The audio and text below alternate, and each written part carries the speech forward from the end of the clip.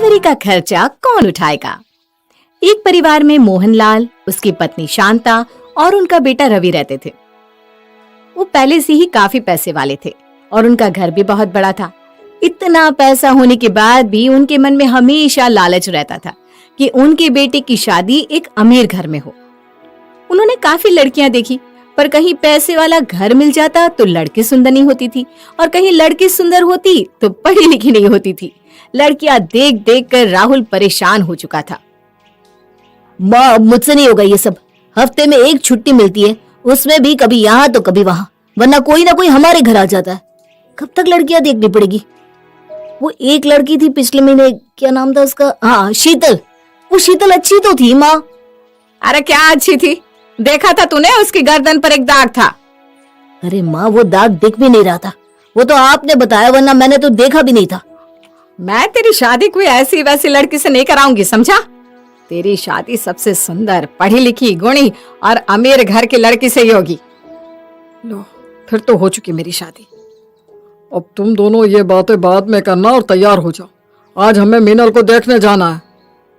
अब ये मीनल कौन है पापा? अरे किसी ने रिश्ता बताया है, अच्छी सुंदर पढ़ी लिखी लड़की है। लगता तो है कि बात बन जाएगी यहाँ पर। सब मीनल को देखने जाते हैं। मीनल एक बार देखते ही सबको पसंद आ जाती है।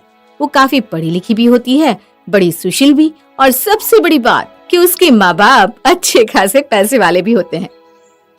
हर कोई बड़ा ही खुश होता है और शादी के लिए हाँ कर देता है। कुछ ही दिनों में राहुल और मीनल की शादी हो जाती है।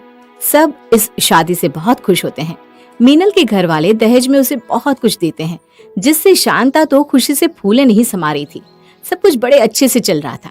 जब भी मीनल अपने घर जाती तो भर भर कर सामान लाती, या उसके घर वाले उसके ससुराल आते तो वो सबके लिए कुछ न कुछ लेकर आते। एक दिन शांता और मोहन आंगन में बैठकर चाय की चुस्कियां ले रहे थे कि अचानक वहां राहुल आता है। माँ, मीनल की तबीयत कुछ ठीक नहीं लग रही, सुबह से उल्टियाँ कर रही है। उसको डॉक्टर के पास ले जाऊं क्या? अच्छा, उल्टियाँ? कहीं मैं दादी तो नहीं बनने वाली? अरे माँ, आप भी ना। अरे तू अभी बहू को डॉक्टर के पास लेकर जा और जल्दी से हमें खुशखबरी दे। राहुल मीनल को डॉक्टर के पास लेकर जाता है और वहाँ डॉक्टर मीनल का चेकअप करने के बाद राहुल को खुशखबरी देती है कि मीनल माँ बनने वाली है। इस बात से मीनल और राहुल बड़े ही खुश होते हैं। वो घर जाकर सबको खुशखबरी देते हैं और घर में खुशी की लहर फैल जाती है। अरे बहू, जरा समधन जी का नंबर तो मिला कर दे, जरा उनको भी मैं ये खुशखबरी दे दूं। जी माँ जी। मीनल अपनी माँ को फोन मिलाती है। हेलो। हेलो माँ, मैं मीनल बोल रही हूँ। अरे तू तो अपनी माँ से खूब बात करती होगी, ला मुझे फोन दे। ये लीजिए माँ जी। नमस्ते समधन जी, कैसी हो?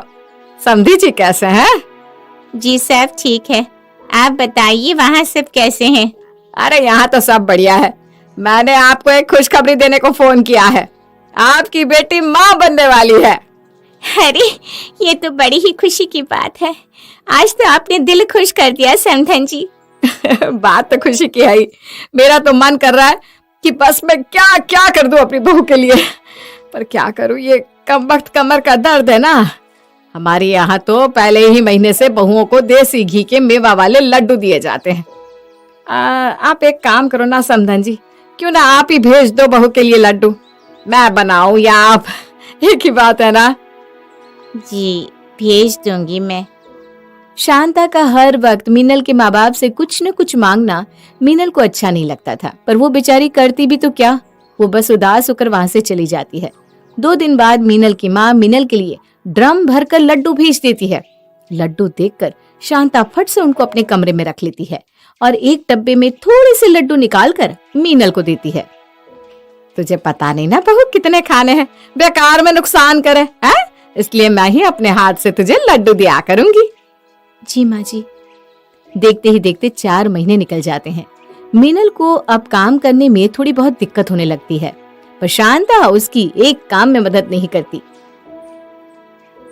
एक दिन मीनल एक कमर पर हाथ रखकर दूसरे हाथ से कपड़े पानी से निकाल रही थी। हे भगवान, मेरा तो अभी से ये हाल है, जाने आगे क्या होगा।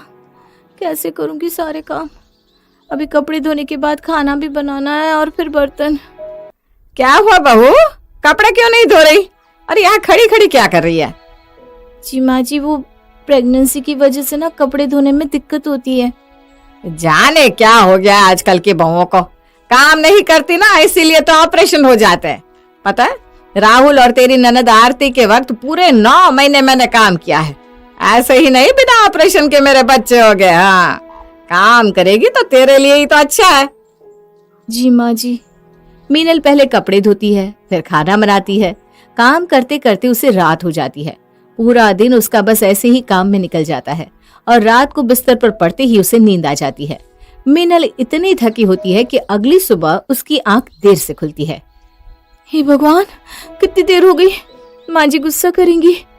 मीनल जल्दी से नीचे आती है तो देखती है कि चौक में एक नई वॉशिंग मशीन और उसके बाबूजी खड़े हैं।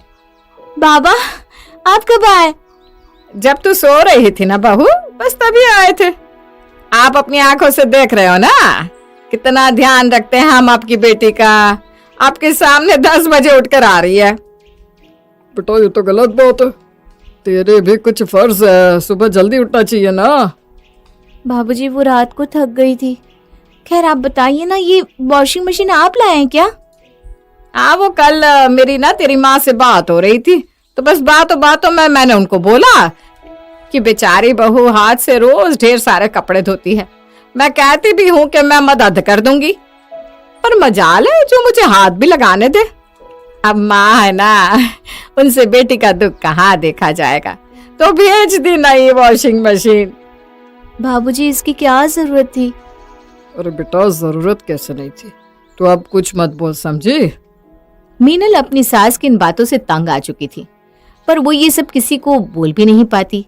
राहुल की नजरों में हमेशा उसकी माँ ही सही होती है, इसलिए वो राहुल से भी कभी कुछ नहीं बताती।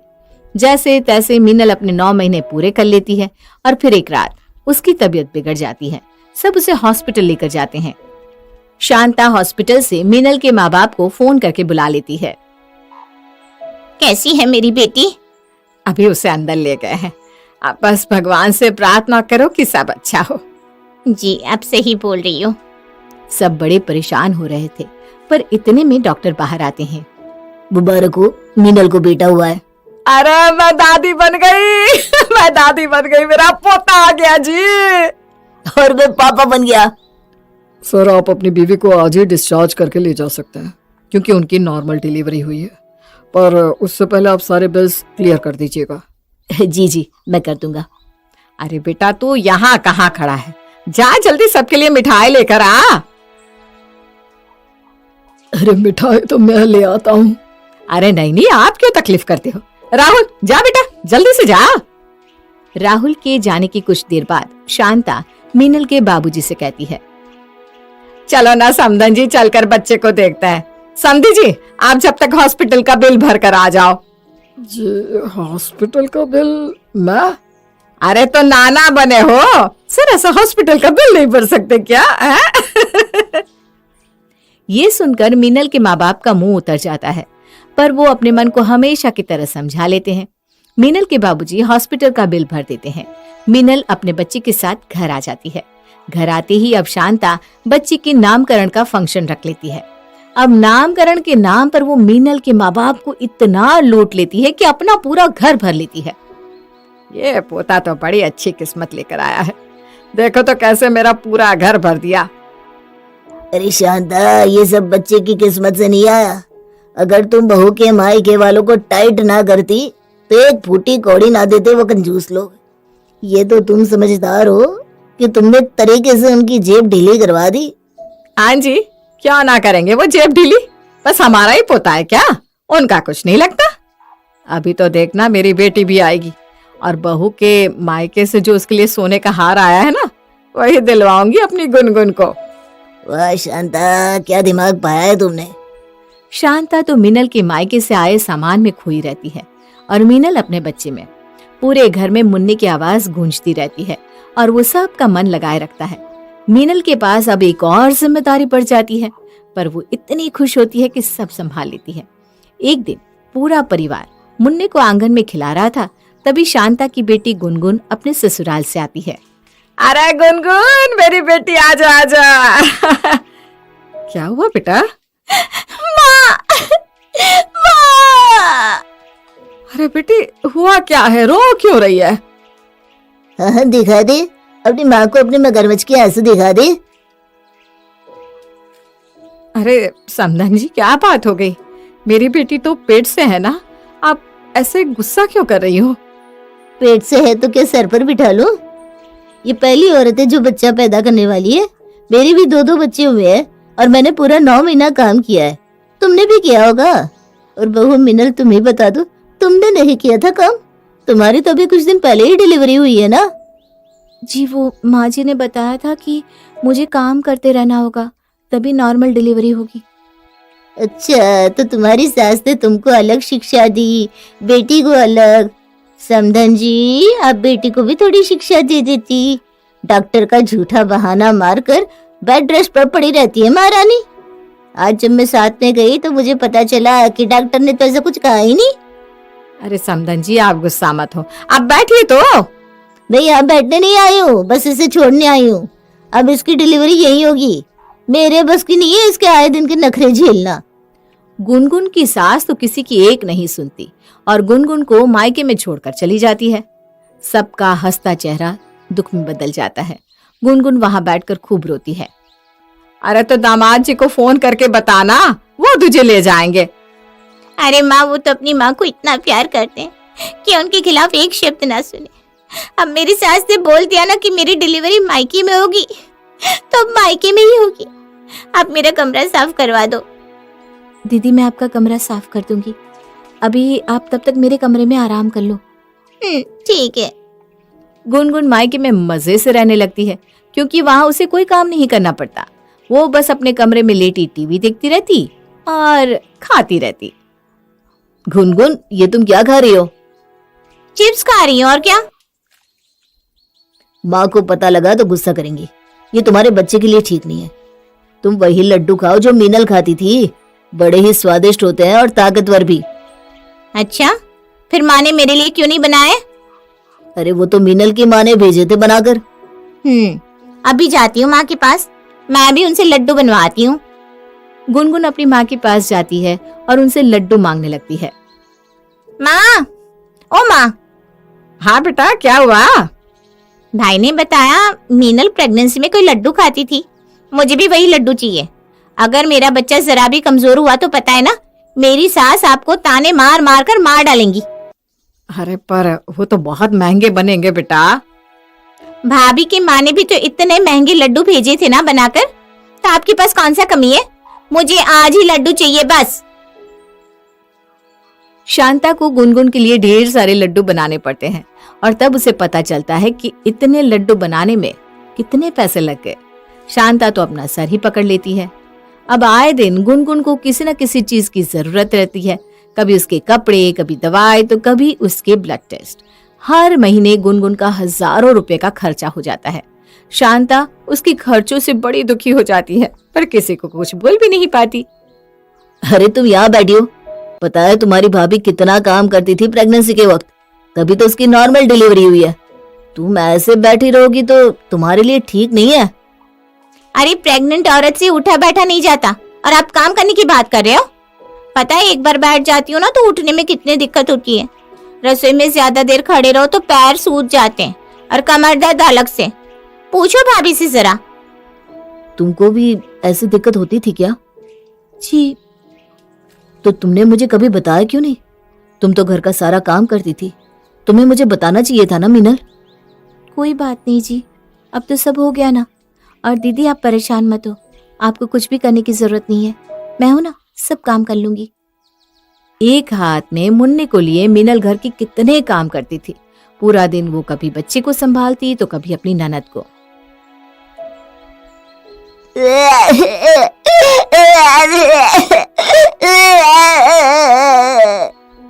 अरे मेरा मुन्ना, लगता है तुझे भूख लगी है। मीनल मुन्ने को दूध पिलाने लगती है। इतने में गुनगुन जोर जोर से आवाज देने लगती है। भाभी, ओ भाभी। जी दीदी, अभी आई। वो मुन्ना भूखा है ना। अरे मुझे टॉयलेट जाना है, माँ जल्दी आओ ना।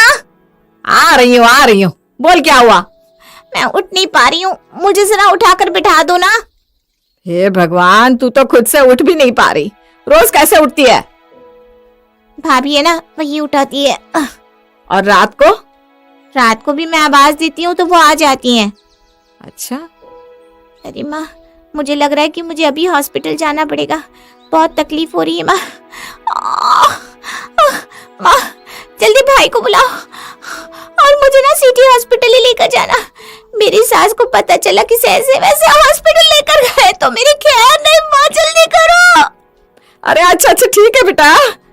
गुनगुन को सबसे बड़े हॉस्पिटल में लेकर जाते हैं। गुनगुन की हालत देखकर डॉक्टर को उसका ऑपरेशन करना पड़ता है। गुनगुन को एक प्यारी सी बेटी हुई है। अभी माँ की हालत ठीक नहीं है, इसलिए उनको कम से कम हफ्ते भर यहाँ रहना पड़ेगा।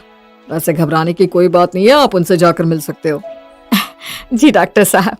और हाँ प्लीज, आप रिसेप्शन पर 5 लाख रुपए जमा करवा दीजिए। इसमें से अगर कुछ बचेगा तो डिस्चार्ज के वक्त आपको वापस मिल जाएगा। बाकी नर्स आपको दवाई बता देगी तो आप बाहर से ले आना, और बाकी कुछ और सामान भी वही आपको बता देगी। है जी, इतने पैसे हम कहाँ से लाएंगे? हमारे पास तो पैसे ही नहीं है, सारा खर्चा तो राहुल ही देखता है। समझ में नहीं आ रहा शांता जी, अब मैं क्या करूं? कहाँ से पैसों का इंतजाम करूं? राहुल से भी पैसे नहीं मांग सकते, क्योंकि उसने अपने सारे पैसे थोड़े दिन पहले ही जमीन खरीदने में लगा दिए। शांता और मोहनलाल की बातें मीनल सुन लेती है। वो सीधा घर जाती है और अपनी अलमारी खोलती है। अलमारी से वो अपने सारे गहने निकालती है और सुनार के पास जाकर बेच देती है।